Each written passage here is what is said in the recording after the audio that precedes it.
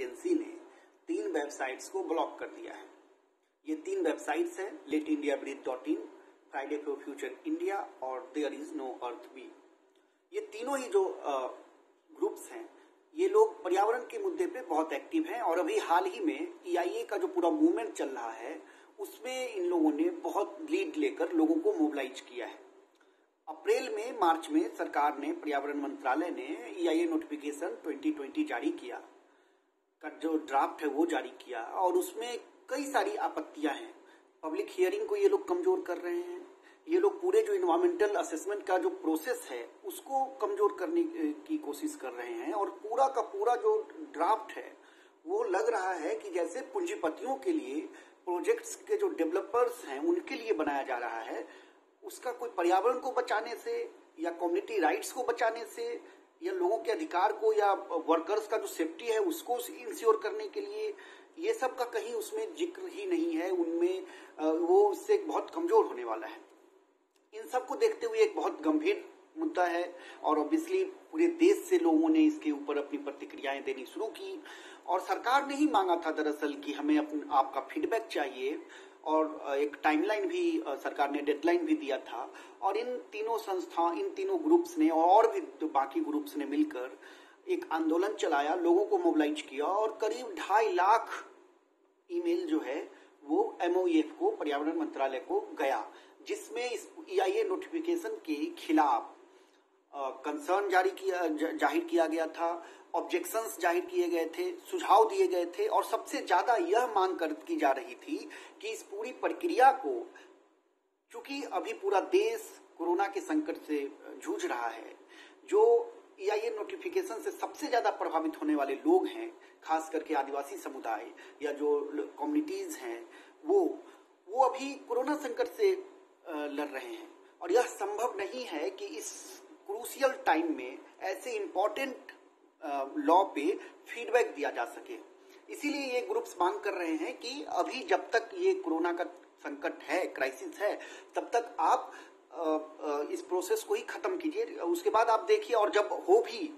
जब ये पूरा प्रोसेस लागू भी किया जाए, अगर EIA नोटिफिकेशन नए तरीके से आया भी जाए, एक तो जो पहले का EIA नोटिफिकेशन 2006 है वही अच्छे से नहीं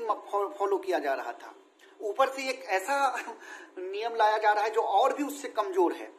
तो अगर कोई EIA चाहिए भी तो एक स्ट्रॉन्गर EIA चाहिए, एक मजबूत EIA चाहिए जो हमारे जलवायु संकट से लड़ाई में महत्वपूर्ण भूमिका निभाए, हमारे लोगों के राइट्स जो हैं, कम्युनिटी के जो राइट्स हैं उनको इंश्योर करे, वर्कर्स की जो सेफ्टी है उसको इंश्योर करे। हम देख रहे हैं विजाग हो रहा है, लगातार हम खबरें पढ़ रहे हैं कि कैसे फैक्ट्रियों में इन्वायरमेंटल लॉज नहीं फॉलो करने की वजह से कितनी इंसिडेंट्स हो रहे हैं। हम देख रहे हैं कि क्लाइमेट क्राइसिस, इस कोरोना के संकट में भी साइक्लोन एम्फन हमें कितना तबाही पहुंचा चुका है। लगातार बाढ़ की खबरें आ रही हैं, बारिश की वजह से बिजली गिरने से 100 से 150 लोगों के मरने की खबर बिहार से आ रही थी। तो कितना बड़ा क्राइसिस है क्लाइमेट का। और उस वक्त में अगर देश का जो युवा है वो चाह रहा है कि इसके खिलाफ लामबंद हो रहा है और चाह रहा है कि हम अपने देश की जलवायु को, इन्वायरमेंट को इंश्योर करें, बेहतर करें और उसमें एक्टिव सिटीजन की तरह अगर वो शामिल होना चाह रहा है एक पूरे प्रोसेस में, एक पूरी पॉलिसी बनाने में, तो सरकार को दिक्कत हो रही है। जो सरकार दावा करती है कि हम युवाओं को तरजीह देते हैं, हम युवाओं के लिए काम कर रहे हैं, वही सरकार को आज युवाओं से दिक्कत हो रही है। और ये लगातार एक पैटर्न पिछले 6 सालों में जिस तरह से असहमति को दबाने का पैटर्न है वो लगातार बहुत बढ़ता जा रहा है। सारे जो सिविल सोसाइटी के एक्टिविस्ट हैं, जो पर्यावरण के मुद्दे पे एक्टिव हैं, जो ह्यूमन राइट्स के मुद्दे पे एक्टिव हैं, उनको जेल में डालना, उनको फर्जी मुकदमों में फंसाना, उनपे कई तरह के क्रैकडाउन करना और उसके बाद ये अब एक नए तरह का कि असहमति की कोई भी आवाज को दबाना है, अभिव्यक्ति की आजादी पर हमला करना, और वो भी सिर्फ इसलिए क्योंकि ये सारे लोग पर्यावरण को लेकर चिंतित हैं, देश को लेकर चिंतित हैं, देश के लोगों के लिए चिंतित हैं और इसलिए अपना समय दे रहे हैं। ये सारे वॉलंटियर्स हैं जो ये काम कर रहे हैं,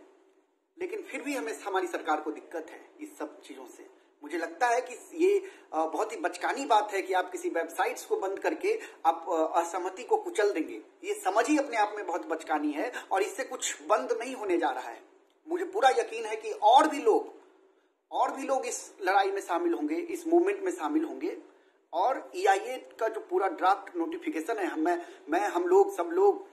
मई से ये लगातार बोल रहे हैं कि इसको बहुत विरोध करने की जरूरत है। और 2.5 लाख 3 लाख लोग तो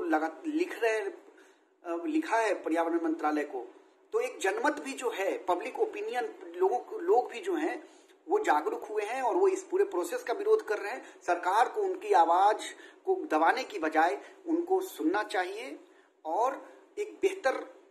डिसीजन लेना चाहिए, बेहतर EIA को लाना चाहिए, न कि उसे कमजोर करना चाहिए।